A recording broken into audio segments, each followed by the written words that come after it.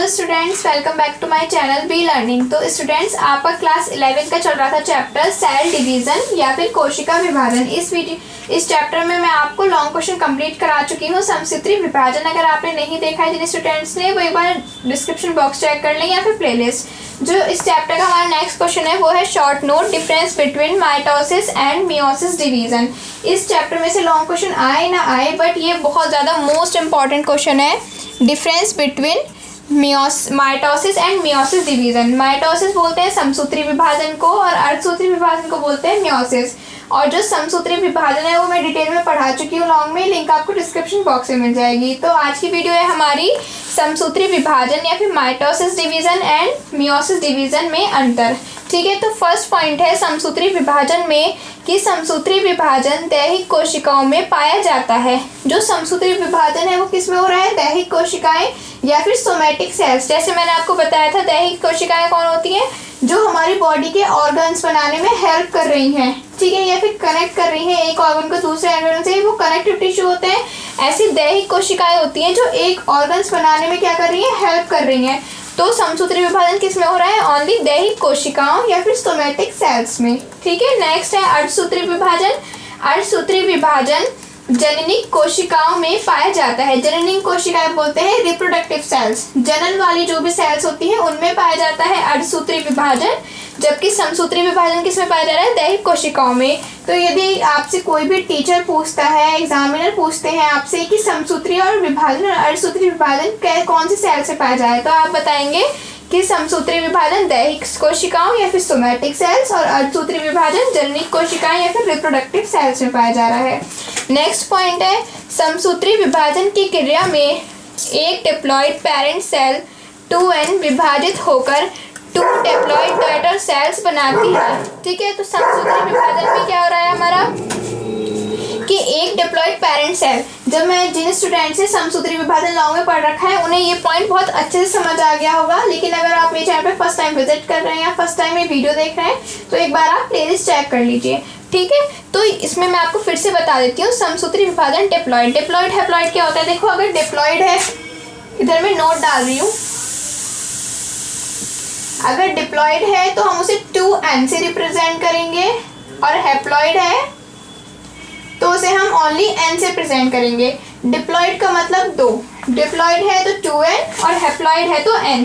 तो समसूत्री विभाजन के केस में क्या होता है कि एक डिप्लॉइड पेरेंट सेल 2n से विभाजित होकर 2 डिप्लॉइड डॉटर सेल्स बनाती है। इसका मतलब ये है कि अगर हम समसूत्री विभाजन में देखें, ठीक है, तो 2n ये 2n कोई पेरेंट है, ठीक है, और इनसे जो 2 डॉटर सेल बन रही हैं वो भी सेम बन रही है, बिल्कुल 2n ही पेरेंट थे, 2n ही क्या बनी? Daughter cells. ये दोनों है डॉटर सेल्स। तो समसूत्री विभाजन मतलब समसूत्री से आप याद रखेंगे सम माने सेम।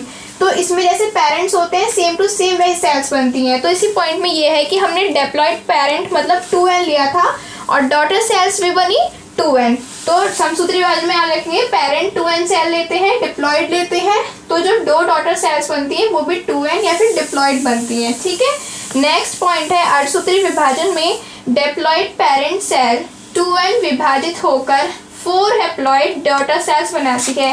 ये इसमें सबसे बड़ा अंतर है।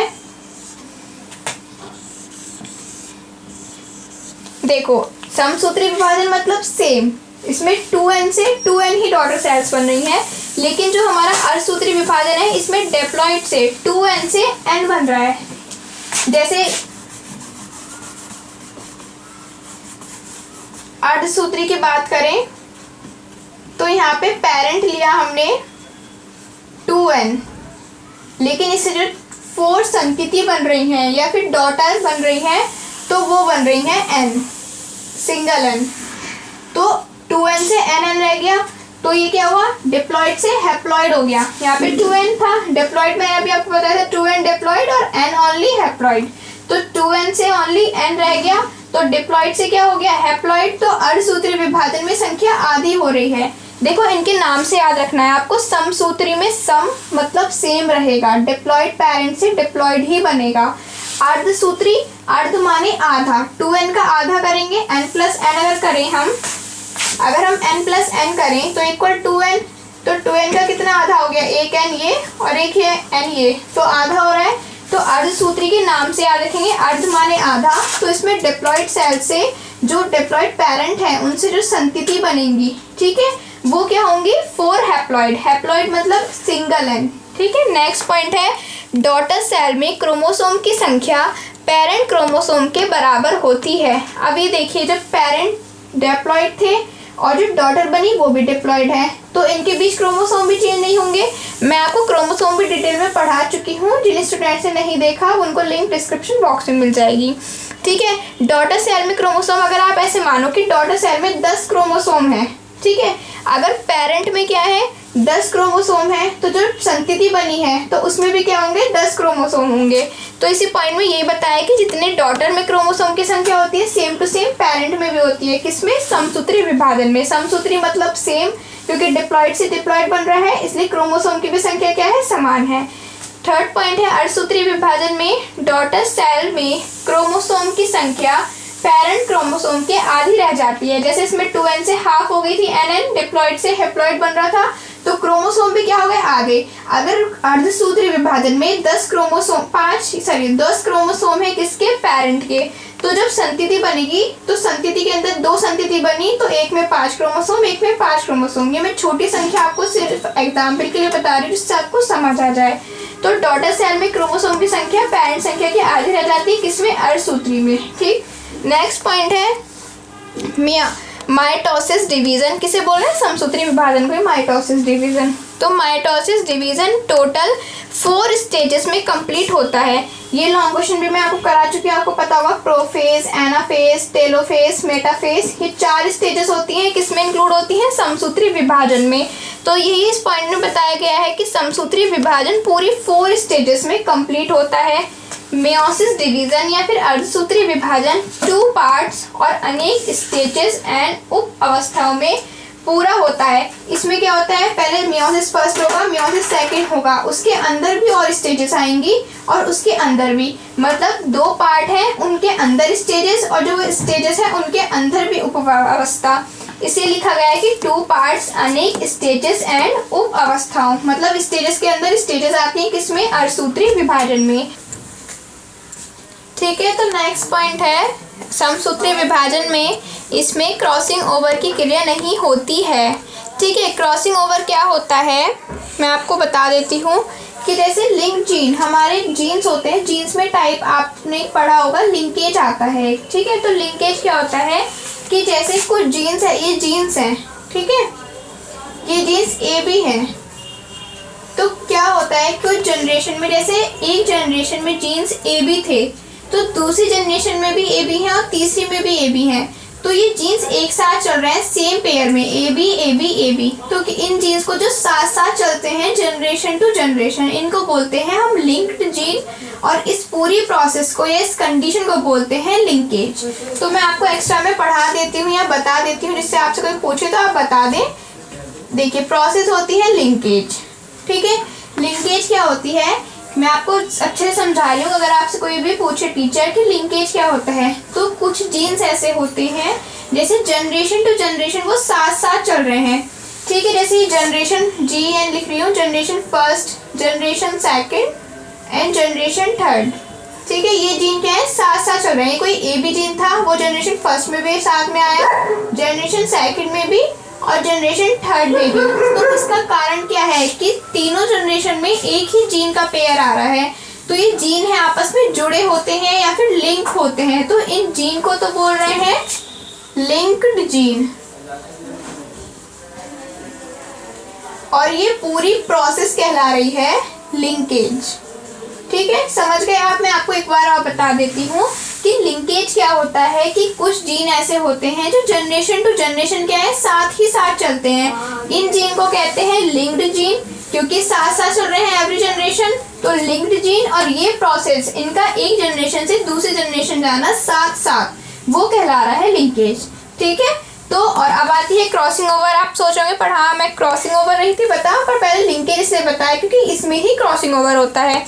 तो कभी कभी क्या होता है, ये लिंकेज वाली कंडीशन या फिर ये लिंक्ड जीन, जैसे ये 2 लिंक्ड जीन है, ये जीन एक दूसरे से अलग हो जाते हैं, एक दूसरे से अलग हो जाते हैं या सेपरेट हो जाते हैं। ये लिंक्ड जीन है दो, जैसे एक मान लिया, चलिए आप ऐसे मान लीजिए एक ए है और एक बी है, ये दोनों साथ साथ थे। कौन थे ये? Linked gene. ये आपस में अलग हो गए, बी अलग हो गया और ए अलग हो गया। तो ये अलग जिस कारण से हो रहे हैं वो कारण क्या है? Crossing over. तो क्रॉसिंग ओवर आप क्या कह सकते हैं कि जो लिंक्ड जीन होते हैं वो एक दूसरे से सेपरेट हो जाते हैं या फिर अलग हो जाते हैं, और जिस कारण वो क्रॉस मतलब एक दूसरे से अलग हो रहे हैं वो कारण है क्रॉसिंग ओवर। तो समसूत्री विभाजन में क्रॉसिंग ओवर की क्रिया नहीं होती, मतलब इसमें जो जीन है वो एक दूसरे से सेपरेट नहीं होते, सेपरेट मतलब अलग नहीं होते। जबकि अर्धसूत्री विभाजन, इसमें क्रॉसिंग ओवर की क्रिया होती है, मतलब इसमें क्रॉसिंग ओवर हो रहा है तो लिंक्ड जीन एक दूसरे से अलग हो रहे हैं। तो ये था आपका समसूत्री विभाजन और अर्धसूत्री विभाजन में अंतर। मैं सारे पॉइंट एक बार फिर समझा रही हूँ कि समसूत्री विभाजन दैहिक सेल्स में पाया जा रहा है, मतलब सोमैटिक सेल्स में। अर्धसूत्री विभाजन जननिक कोशिकाओं या फिर रिप्रोडक्टिव सेल्स में पाया जा रहा है। नेक्स्ट, एक डिप्लॉयड पेरेंट, सम से याद रखेंगे, समसूत्री का सम सेम, सम से याद रखो सेम, अर्ध से रखो याद हाफ, मतलब आधा। ठीक है, तो समसूत्री में क्या हो रहा है? पेरेंट की जो संख्या है, पेरेंट डिप्लॉयड है तो संतति भी डिप्लॉयड होंगी, मतलब सम मीन्स सेम सेम, जो पॉइंट में लिखा था। अर्धसूत्री में क्या होगा? डिप्लॉयड है तो वह हैप्लॉयड, पेरेंट डिप्लॉयड लिए हैं तो संतति हैप्लॉयड प्राप्त होंगी। थर्ड पॉइंट था, जब सेम सेम डिप्लॉयड है तो उनमें क्या है? पेरेंट और संतति में दोनों में क्या रहेगी? क्रोमोसोम की संख्या बिल्कुल बराबर रहेगी, ये लिखा है ना, बराबर होती है। और जबकि जो अर्धसूत्री विभाजन है इसमें क्रोमोसोम की संख्या आधी रह जाती है, पेरेंट्स में 10 है तो संतति में या फिर डॉटर सेल्स में 5 होगी। नेक्स्ट था कि इसमें 4 स्टेजेस कंप्लीट होती है, समसूत्री विभाजन 4 स्टेजेस में कंप्लीट हो रहा है, जबकि अर्धसूत्री विभाजन 2 पार्ट्स और अनेक स्टेजेस में कंप्लीट हो रहा है। क्रॉसिंग ओवर मैंने आपको बता दिया, अगर आपसे कोई 1 मार्क्स में क्रॉसिंग ओवर की डेफिनेशन आती है या फिर कोई भी टीचर आपसे पूछते हैं कि क्रॉसिंग ओवर क्या होता है, तो आप बताएंगे कि कुछ जीन ऐसे होते हैं जो जनरेशन टू जनरेशन साथ साथ चलते हैं या फिर साथ साथ पहुंचते हैं, इन्हें बोलते हैं लिंक्ड जीन, और ये पूरी प्रोसेस कहलाती है लिंकेज। जब ये जीन लिंक्ड जीन एक दूसरे से सेपरेट हो जाते हैं तो सेपरेट होने का जो कारण होता है वो होता है क्रॉसिंग ओवर, जो समसूत्री विभाजन में नहीं होता है और अर्धसूत्री विभाजन में होता है। ठीक है,